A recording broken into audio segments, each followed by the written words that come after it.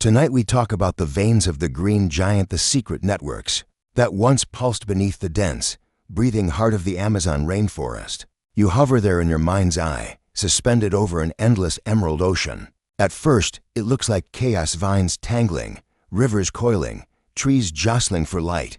But as your vision adjusts, subtle shapes begin to emerge. Straight lines that should not exist, circles too precise to be random. The forest hides its scars well, but beneath those layers of leaves, it keeps the memory of cities real, organized, and astonishingly vast. You probably wouldn't survive a day trekking through this green labyrinth. Mosquitoes, with doctoral degrees in annoyance, humidity thick enough to drink, and the occasional caiman lounging where you least expect. So, before you get comfortable, take a moment to like the video and subscribe, but only if you genuinely enjoy what I do here. And tell me where you're tuning in from. What time is it in your corner of the world? Now, dim the lights, maybe turn on a fan for that soft background hum, and let's ease into tonight's journey together. You glide low over the canopy, following the ghostly traces of something ancient and deliberate. To your left, a river snakes through the landscape like a mirror shard, reflecting streaks of cloud. But the lines beneath it, those straight, ruler stiff ridges, belong to human hands. Archaeologists call them geoglyphs, massive earthworks carved centuries before Columbus set sail. Historians still argue whether these were ceremonial plazas, defensive fortifications, or the foundations of something even more organized, urban zones of a civilization that refused to vanish neatly into the foliage. The air smells of wet bark and soil so rich it hums with life. Every sound, the cicadas, the distant monkey calls, the whisper of wind through kapok leaves feels amplified, like the forest itself is speaking. You imagine what it looked like 1,000 years ago, smoke rising from hearths, gardens tiered into the slopes, and roadways connecting clusters of homes across miles of green. Early explorers missed it all. They thought the Amazon was empty, too harsh for human settlement. One 16th century Spaniard swore he saw shining cities along the riverbanks, only for later Europeans to dismiss him as delirious from heat and bug bites. But maybe he wasn't hallucinating. Maybe he saw the veins of a living, breathing city complex stretching across the basin. Modern technology, especially LiDAR, that magical laser scanning from the sky, has stripped away the jungle's disguise. When those green filters lift on a computer screen, geometric grids leap into view. Roads as straight as Roman highways, canals that run for kilometers, clusters of raised platforms arranged in meticulous order. Each cluster, what researchers now call garden cities, could house thousands. Multiply that by hundreds of sites, and suddenly, wilderness turns into a continental urban landscape. Still, debates simmer. Some scholars suggest these weren't cities in the European sense, but something far more fluid. A blend of settlement, orchard, and sacred space that breathed with the seasons. Instead of stone walls, the Amazonians built with living materials: earth, wood, and water. Instead of gridlocked streets, they had paths that flowed with the rivers. You could say they designed the forest without destroying it. Imagine a planner today trying to build a metropolis that disappears gracefully back into nature. When abandoned now, that's a zoning miracle. The longer you gaze, the more you see patterns like veins in a leaf, branching, converging, pulsing. The forest isn't swallowing these works. It's wearing them like tattoos. Somewhere deep below, pottery shards gleam in the soil, proof that meals were shared, families raised, and festivals celebrated right where today's howler monkeys scream at the dawn. You hover there, half dreaming, half listening to the slow heartbeat of the Amazon. Its secret cities were never gone, only sleeping beneath the canopy, waiting for curious eyes to notice their geometry again. And tonight, you are one of those eyes, tracing the faint glow of the ancient roads that once made the green giant hum. You descend closer to the canopy, letting the scent of crushed leaves and damp wood rise around you. The grid beneath your feet takes form, not the chaotic sprawl you'd expect from human settlements, swallowed by jungle, but something shockingly precise. Rectangles, parallel embankments, and causeways align as though some ancient surveyor marched through the wilderness with a compass, measuring each step by starlight. It's here, in this place of endless green, that you find the grid beneath the leaves, the quiet proof that pre-Columbian Amazonians thought like city planners, Long before city planners had drafting tables, routes twist across what once were avenues. You can trace where streets met at right angles, where courtyards opened into plazas, and where straight lines stretch farther than your eye can follow. Some researchers first noticed these patterns from satellite imagery, dark green rectangles breaking the randomness. When drones flew over, the evidence deepened, raised roads wide enough for foot traffic and trade goods, sunken ditches that once directed water away from dwellings. It's almost funny people imagine the Amazon as untamed wilderness, when it might have been one of humanity's most carefully tamed landscapes. The mainstream fact you can hold onto tonight: many of these geometrically ranged sites, especially in the Upper Xingu region, date between 1200 and 1600 CE. Each settlement was part of a regional network, villages laid out like clock faces, connected by perfectly straight causeways leading to ceremonial plazas. Think of it as ancient urban zoning, but with macaws for noise pollution and piranhas as security guards. And here's a quirky tidbit: some causeways run so straight that even modern surveyors scratch their heads. No iron tools, no bulldozers, just digging sticks, woven baskets, and sheer persistence. Yet the lines rarely deviate. Some archaeologists joke they might have used ants literally dropping bait and following the insects' efficient paths before elevating the roots with earth. Sounds absurd, but then again, you're in a forest where trees communicate through fungal networks.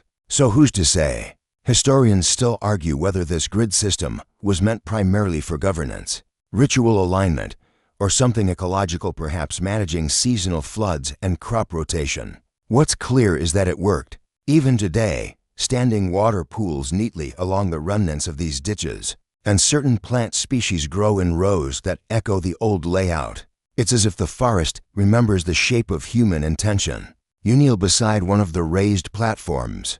The soil is compacted yet alive, with roots reclaiming their place. Imagine waking up here 1,000 years ago, sunlight filtering through palm leaves, smoke rising from hearth fires, the sound of children running along those packed earth lanes. Instead of skyscrapers, there'd be thatched malokas, huge communal houses shaped like the ribs of a whale. Families, trade guilds, storytellers, all sharing air within the same curved walls. A toucan croaks somewhere above, and you can't help but laugh softly. It's like the jungle's own construction inspector. Everything feels deliberate, ordered, alive. And then you realize this wasn't an urban sprawl that devoured the forest. It was one that grew with it. Roads followed the contours of rivers. Drainage channels doubled as fish traps. Orchards and gardens interlocked with wild groves. It's city planning as ecosystem choreography. If modern architects visited, they'd either take furious notes or cry from envy. Sustainable design. These people wrote the first manual without using a single sheet of paper. You can almost hear the whispered plans of long-gone surveyors, their feet pressing soft earth as they measured distance by breath and shadow. The grid beneath the leaves isn't static, it shifts, reforms, and resurfaces with every rainfall. A ghost blueprint that refuses to die. Somewhere, buried beneath moss, lies the mark of the first human foot that decided geometry could coexist with vines. You brush a leaf aside, see the faint ridge of an ancient path, and feel the hum of order pulsing through the chaos of green. The forest, it turns out, still walks in straight lines. You follow one of those uncanny straight paths until the trees part into an open space. Shaped perfectly to be random, the ground dips into a broad, smooth circle, edges crisp even after centuries of rain. Around you, smaller mounds rise like soft steps leading to nowhere. Welcome to the earthworks of the Sky People, the monumental geometry that refuses to stay buried. The name isn't official. Of course, it's what some locals call the builders, whose handiwork only truly reveals itself from above. From the ground, you see nothing but grassy humps. From the sky, the forest skin transforms into a canvas of giant circles, squares, and interlocking spirals, as though ancient hands had drawn constellations on the earth instead of in the heavens. The mainstream historical fact here is jaw-dropping. Across western Amazonia, particularly in Acre, Brazil, over 450 geoglyphs have been mapped, many connected by straight roads that slice across ridges and valleys. Archaeologists estimate they were constructed between 500 BCE and 1500 CE. That's an entire millennium of artistic, ritual, and infrastructural activity. Historians still argue whether these geoglyphs marked cities, ceremonial centers, or sacred calendars tied to solstices and star paths. Some align perfectly with the sunrise on equinox mornings, suggesting their architects read the sky like a living clock. You step into one of the ditches, about 10 feet deep, its sloping sides carpeted with moss. The air is cooler here, and a chorus of frogs echoes like distant drumming. Imagine hundreds of workers carrying baskets of red soil, their songs keeping rhythm as they built these colossal shapes with nothing but muscle and will. No metal tools, no beasts of burden, just knowledge passed down through calloused hands. When you think of civilization, you might picture marble and bronze, but here, civilization was carved directly from the flesh of the earth.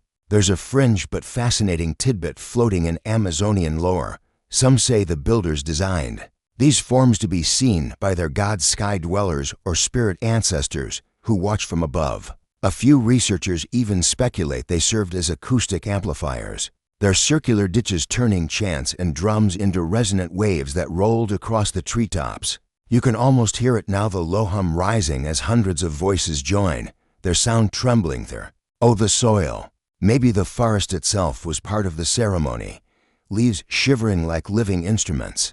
And then there's the quieter debate whether these earthworks represent multiple cultures over time, or one continuous civilization adapting through the centuries. The patterns vary, some geometric, some abstract, some linked to ancient road networks that stretch for kilometers. Each new LiDAR scan reveals more, rewriting maps faster than scholars can name the sites. One archaeologist once joked that every time they clear a patch of vegetation, 10 more geoglyphs appear. Like the forest is teasing them, you think you've found the end. Keep digging, human. You climb one mound and look outward. The setting sun casts long shadows, tracing invisible lines that suddenly make sense. The raised earth forms a compass, its central point aimed precisely at the western horizon. For a brief moment, the geometry glows gold, as if catching fire. It's easy to imagine the night long ago when this place brimmed with torches and dancers, their movements echoing the constellations overhead. They didn't just live under the stars, they built them into the ground. Modern eyes often crave stone pyramids, ziggurats, cathedrals. But here, permanence was achieved differently. These people trusted earth and sky to hold memory better than brick. And somehow, it worked. Even after centuries of rain and regrowth, the designs endure, whispering their symmetry to satellites and dreamers alike. You stand silent in the fading light, half expecting a celestial chorus to answer. The forest around you breathes, patient and alive, and for a fleeting heartbeat, you can believe that somewhere up there, the sky people are still looking down, pleased that their cosmic blueprints have finally been noticed again. You drift toward the sound of water, now a slow, gliding hush that threads through the green like a whispered secret. At first, you think it's just another Amazonian stream, swollen from the afternoon rain. But as you step closer, you realize the banks are to even, the curves to measured. You're walking through an ancient canal, carved by human hands. Its design so subtle it could pass for nature's own.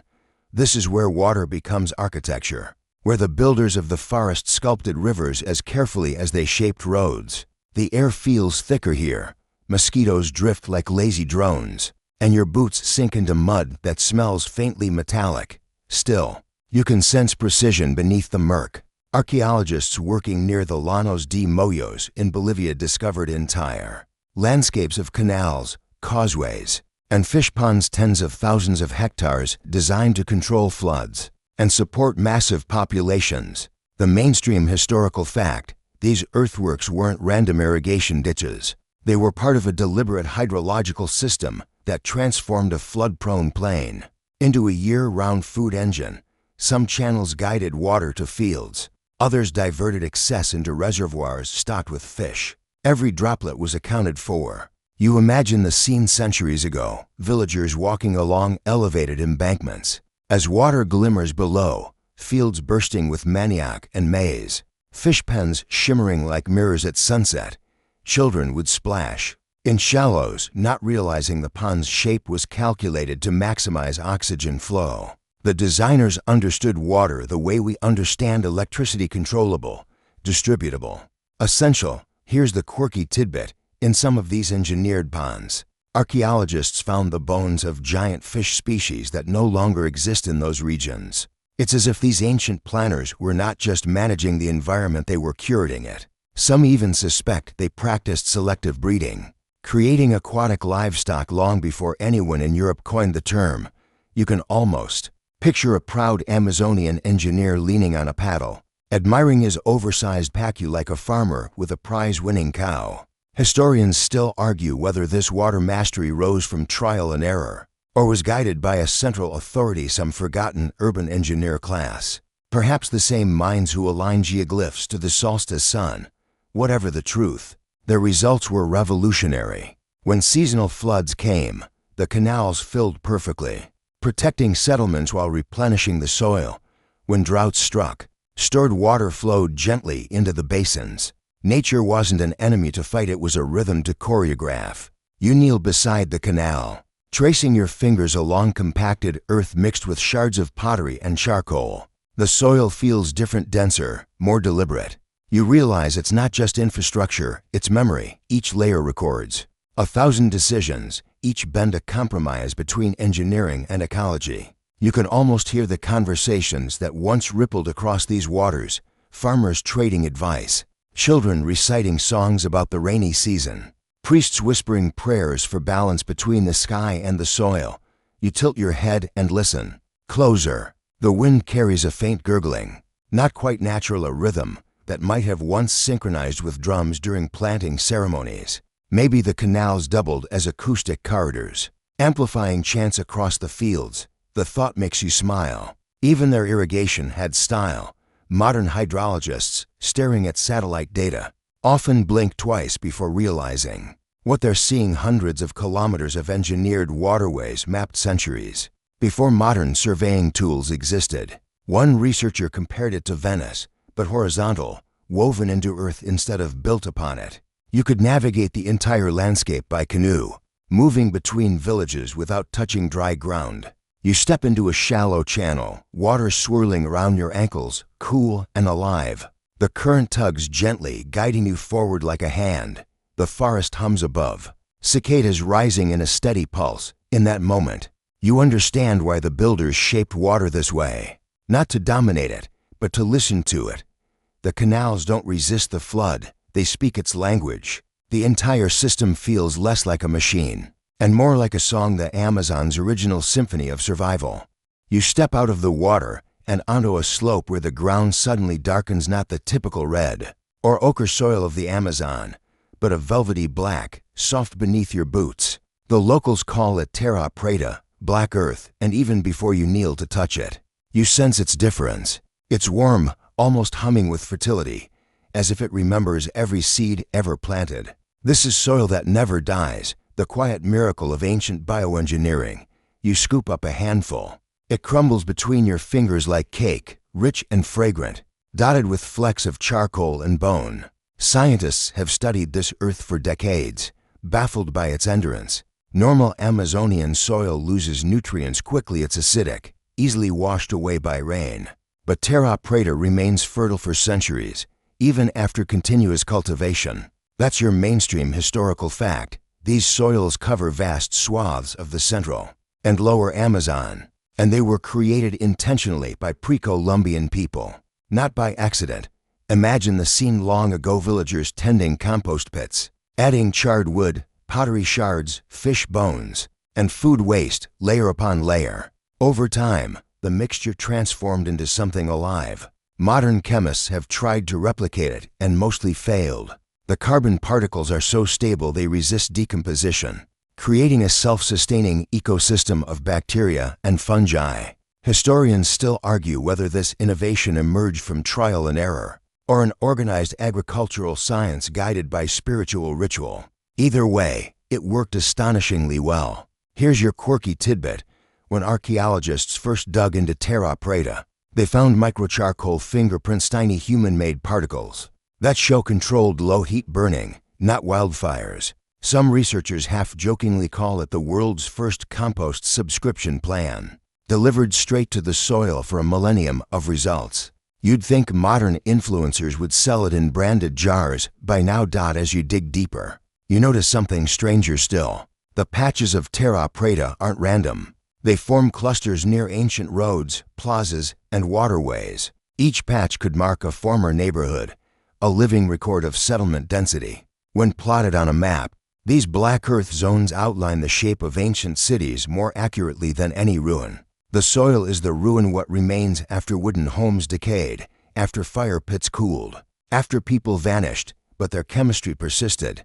You close your eyes for a moment and listen. The earth seems to hum softly beneath the buzz of cicadas. Maybe it's your imagination, or maybe the microbes are still at work, doing what they've done for 1,000 years, transforming decay into renewal. There's something oddly comforting in that thought. The people who once lived here didn't just leave monuments. They left a living process. Every banana plant or cassava root sprouting from this soil is a form of resurrection. Modern farmers, rediscovering these patches, call them milagroso miraculous. Some now seek to recreate terra preta using ancient methods, hoping to restore fertility to exhausted modern fields. But here's where debate flares again. Was it a deliberate invention, or an accidental byproduct of dense habitation? Some scholars argue that pre-Columbian villages simply produced so much organic waste that it built up naturally.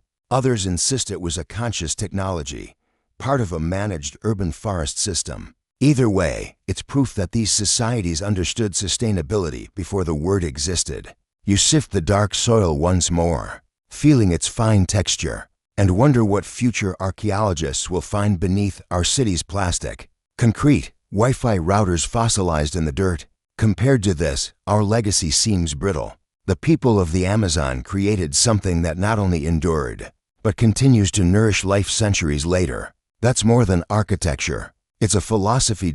As twilight deepens, fireflies rise from the fields like tiny green lanterns. Their glow reflects off the black soil, turning it into a starfield underfoot.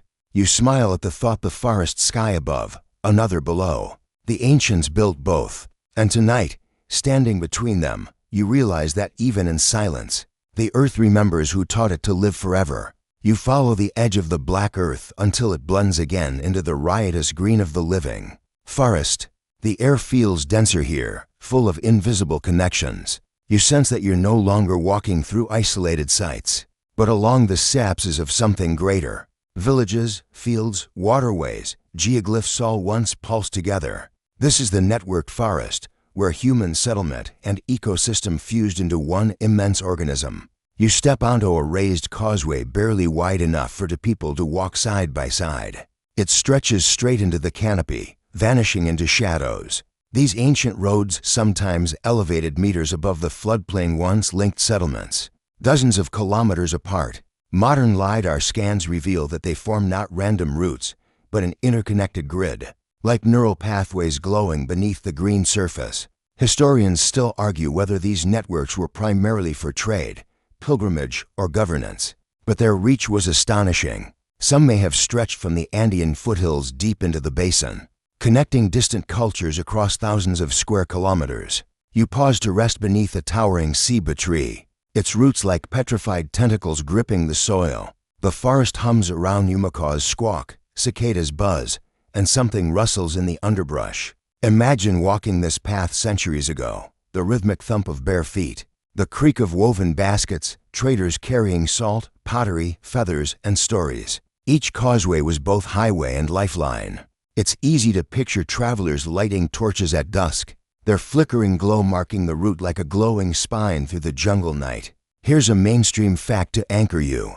The Upper Xingu region in Brazil holds one of the best preserved examples of this network. Clusters of villages each surrounded by defensive ditches and connected by causeways formed regional hubs. From the air, they look like beads strung along invisible threads. Anthropologists describe it as a galactic city model, each settlement orbiting a central plaza, all linked through shared culture, trade, and ritual. Now for a quirky tidbit, researchers discovered that some causeways were deliberately curved, not for geography, but for ceremony. Pilgrims might have walked specific routes aligning with the rising sun, or the path of certain constellations. Picture a nighttime procession, hundreds of people carrying baskets of fruit and offerings, their chants rising like smoke through the trees, each footstep both practical and sacred. These weren't just roads. They were ritual circuits where movement itself became a prayer. You continue along the ancient path, and the forest seems to respond. Vines sway, leaves flutter, and you can almost sense an underlying pulse, a quiet heartbeat, belonging not to any single creature, but to the network itself. Modern scientists studying forest ecology might call it connectivity, but the ancients knew it intuitively. They built not isolated cities, but living webs. Each community was self-sufficient yet synchronized with its neighbors. The same festivals echoed across valleys. The same myths drifted downriver, reshaped but recognizable. Historians still debate whether the entire Amazon basin might once have functioned as a garden civilization, a decentralized but coordinated system of agroforestry, water control, and ritual exchange. Some call it utopian, others wishful thinking. But the evidence, the causeways, the terra preta, the vast scale suggests something extraordinary.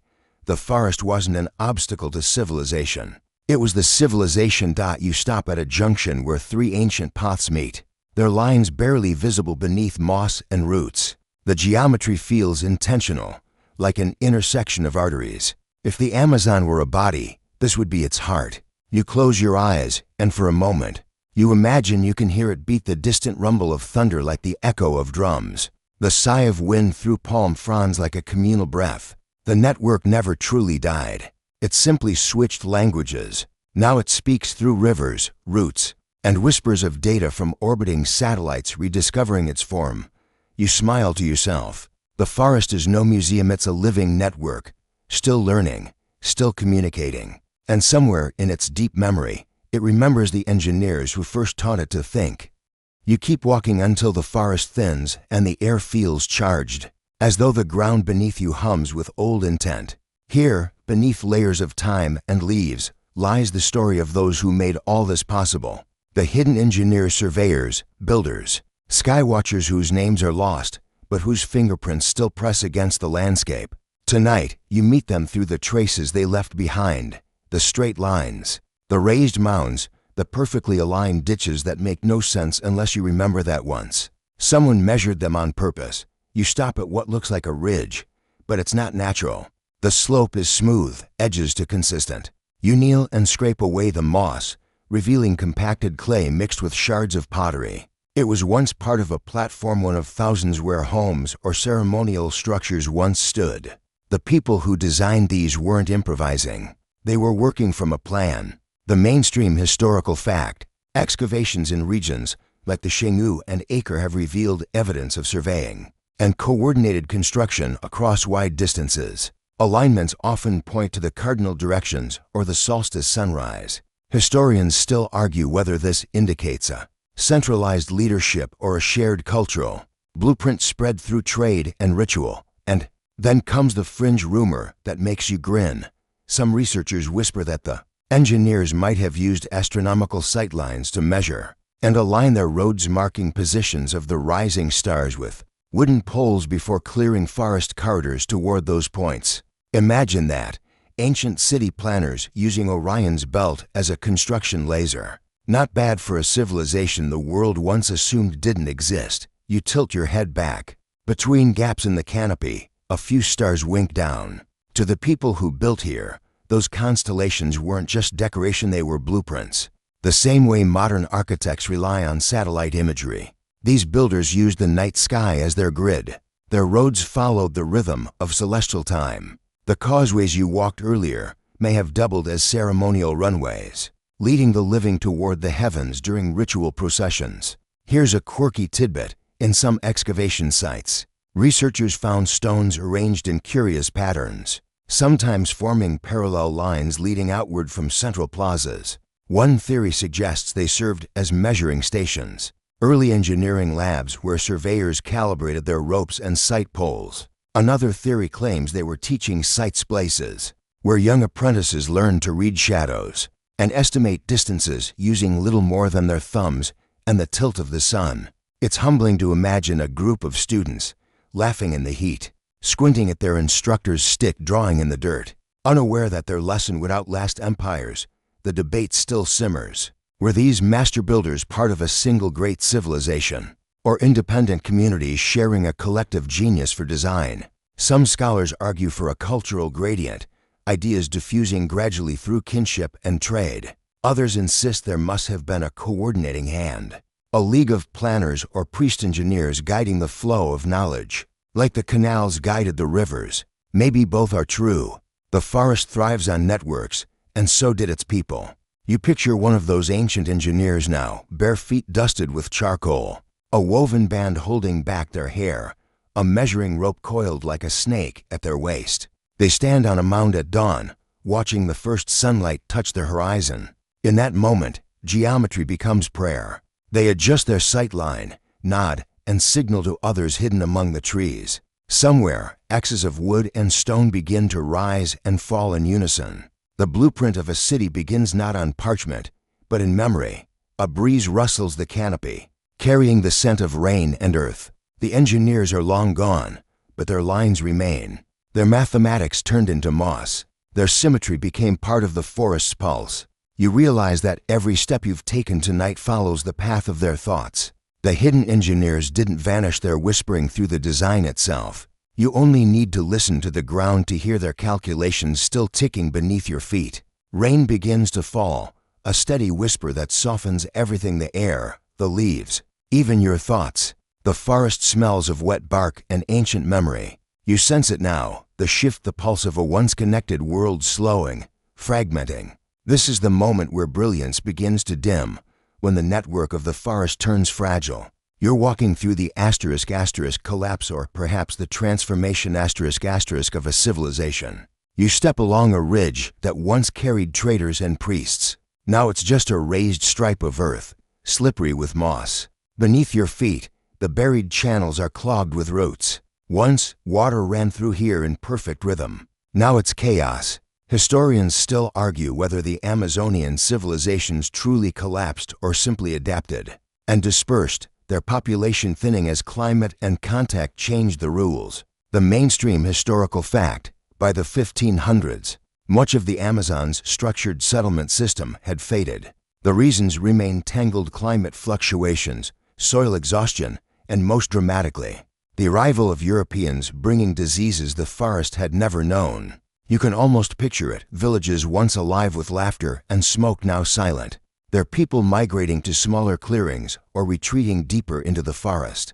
The intricate canal systems choke with sediment. The great causeways disappear beneath vines. It happens gradually, not in the fiery drama of collapse, but in slow, humid forgetting. The kind that leaves no ruins, only the ghost of order.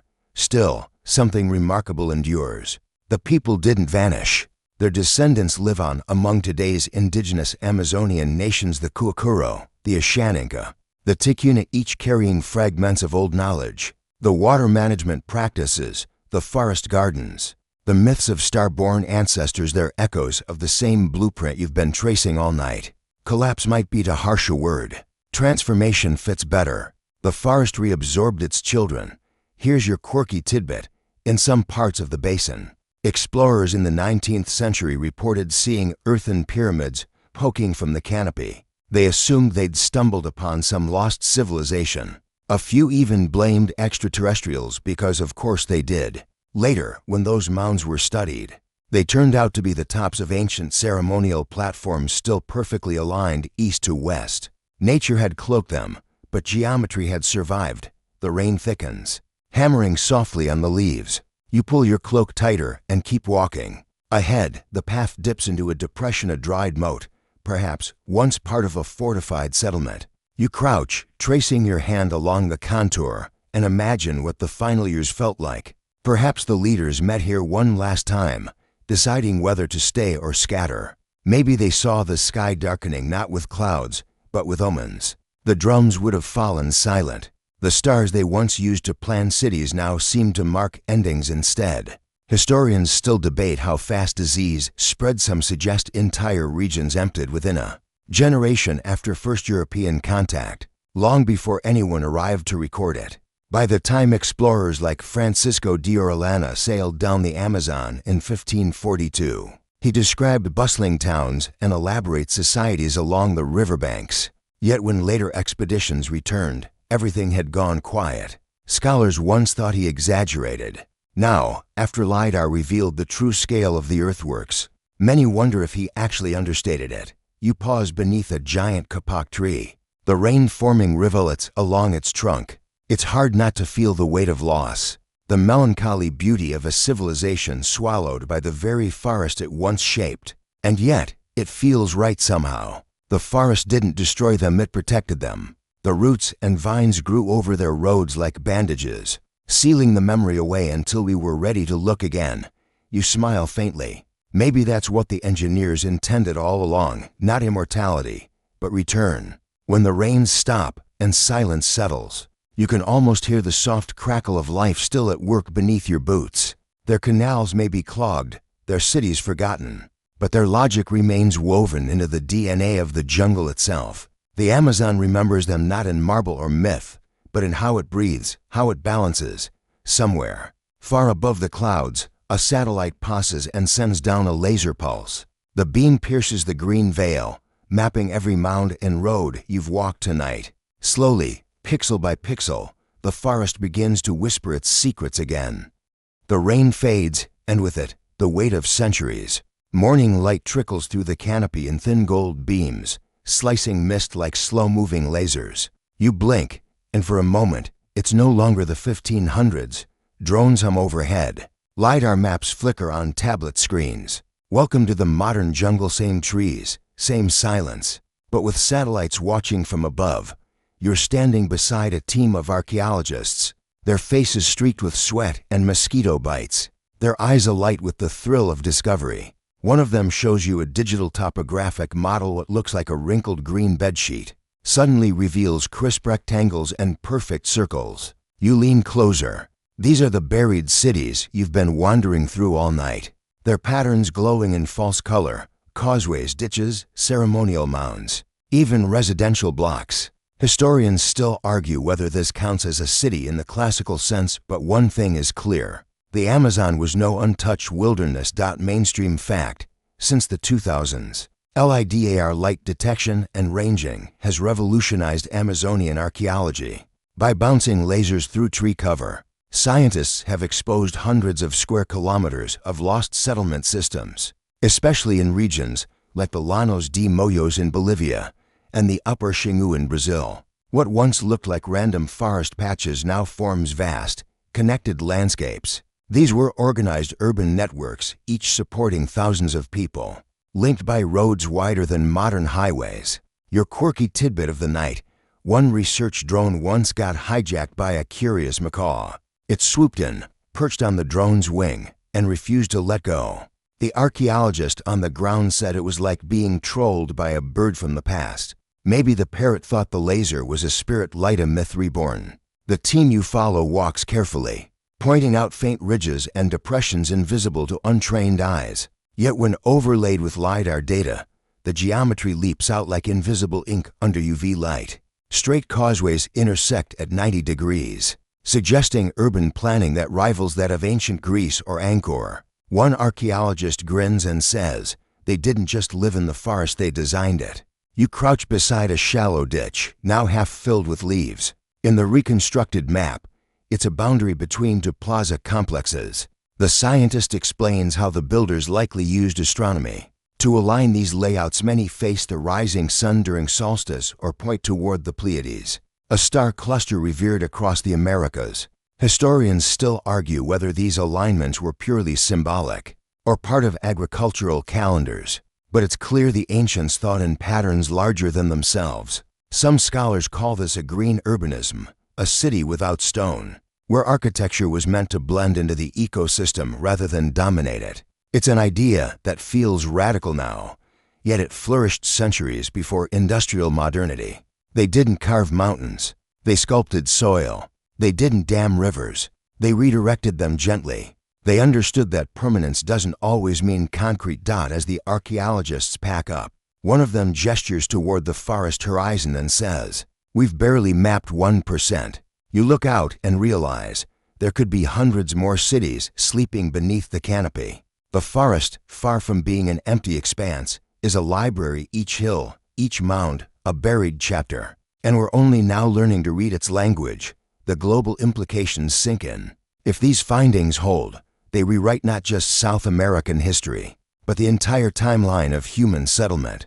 The idea that complex civilizations could only rise in temperate or open landscapes gone. The Amazon's engineered earthworks prove that innovation thrives even in humidity, chaos, and endless green.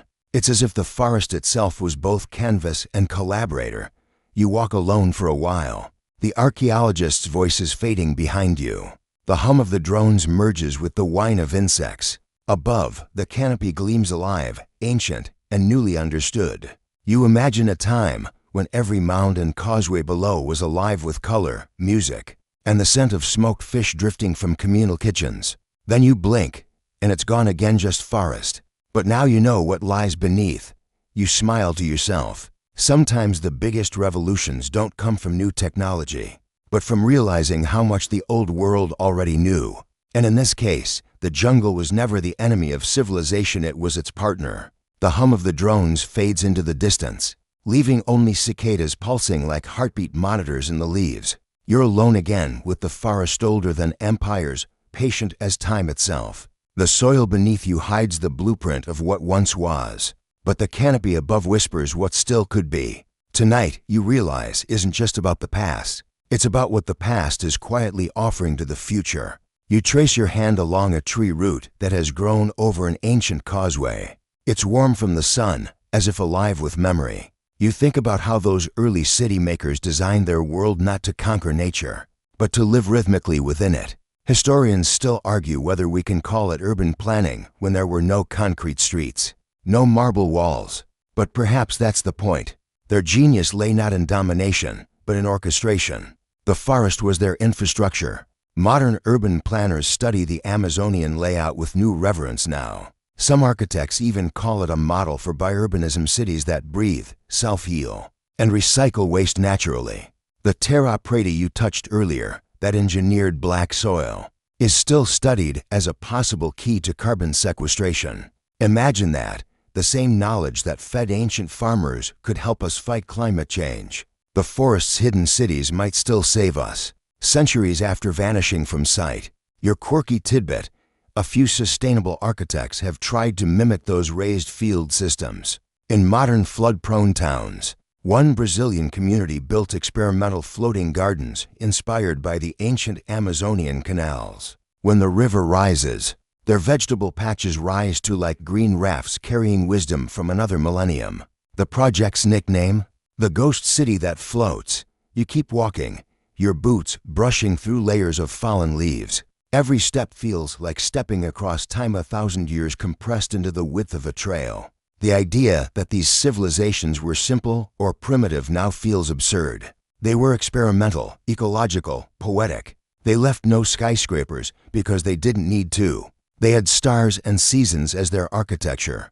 Historians still argue whether the descendants of these builders remember the details of their ancestors' maps, or whether the knowledge dissolved into myth. But one thing is certain: their philosophy never truly disappeared. The forest kept it safe, encoded in the rhythm of flood and bloom.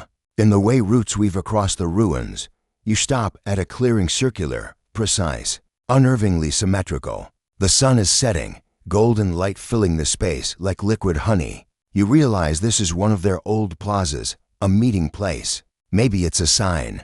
The forest wants to be heard again. You look around and imagine modern cities designed not with steel grids, but with the humility of this clearing, open, breathing, circular, alive, somewhere deep down. You sense that if humanity ever finds balance again, it'll be by remembering what these forgotten engineers knew: that every wall eventually crumbles, every empire erodes, but harmony endures. Their cities may have vanished, but their logic is eternal. And now, the light fades. You can almost hear the laughter of children playing where once stood a sacred mound. The jungle sings low, like an old song finding its way back through time. The world softens. The air cools. Even the insects seem to hush a little. their rhythms slowing to match your breath. You close your eyes and let the sounds of the forest wrap around you, the slow chirp of frogs, the distant roll of thunder, the whisper of rain starting again somewhere far away. The canopy sways gently, and with each movement, it feels as if the earth itself is breathing. You picture the hidden cities beneath your feet not as ruins, but as roots of a story still growing. The ancient planners are gone, but their hands shaped a living memory that still pulses here. In every vine, every stream, every handful of soil rich with life, civilization was never truly lost. It just learned to whisper instead of shout. Let your thoughts drift like the canoes that once followed the canal lines. Guided by starlight and instinct, imagine the glow of fires in old plazas, the hum of drums echoing across the water, the soft laughter of people who understood that to build something lasting, you have to build it with nature. Not against it. The jungle dims now, turning silver under the moon. You feel smaller, but also safer, part of something immense and ancient that still remembers you. Sleep, traveler. The cities of the Green Giant will keep watch tonight.